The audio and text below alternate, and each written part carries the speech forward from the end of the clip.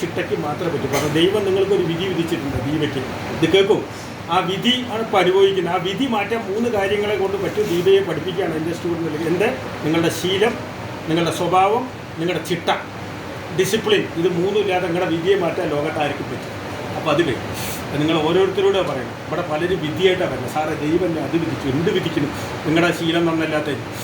അപ്പോൾ അത് പോട്ടെ. അപ്പോൾ വീണ്ടും ഡീഹൈഡ്രോ എപ്പിയാൻഡ്രോസ്റ്ററോണിലേക്ക് പോവുകയാണ്. ഉറക്കം കഴിച്ചാൽ DHA മാഗ്നീഷ്യം കഴിച്ചാൽ മിക്ക രോഗങ്ങളിൽ നിന്നും നിങ്ങൾക്ക് രക്ഷപ്പെടാം. മാഗ്നീഷ്യത്തിൻ്റെ പ്രധാന കുറവിൽ ഒന്നുണ്ടാകുന്ന ഓർമ്മക്കുറവ്, Alzheimer's.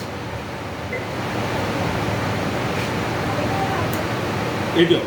ഓർമ്മക്കുറവ്, Alzheimer. 2 back pain, neck pain, body pain എല്ലാം അൽഷിമറിൻ്റെ കുഴപ്പം. പലരും ബാക്ക് പെയിനായിട്ട് വരും.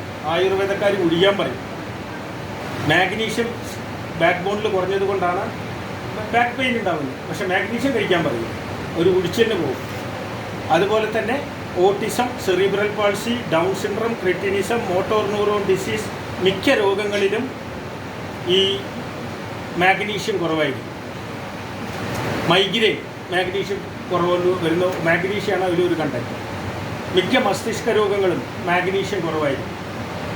അപ്പം ഞാൻ അത് കഴിഞ്ഞ് മാഗ്നീഷ്യം സബ്ജക്റ്റ് കഴിഞ്ഞു. ഇനി അടുത്തത് സിങ്ക്. ഈ മാഗ്നീഷ്യം എത്ര ഉപാപചയ പ്രവർത്തനം നടത്തണമെന്ന് അറിയാമോ നിങ്ങൾക്ക്?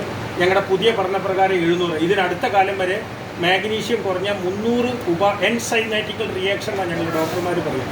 അത് ഈ 600-700 പ്രവർത്തനം ശരീരത്തിൽ നടക്കണമെങ്കിൽ മാഗ്നീഷ്യം വേണം. അടുത്തത് 300-ലേറെ പ്രവർത്തനം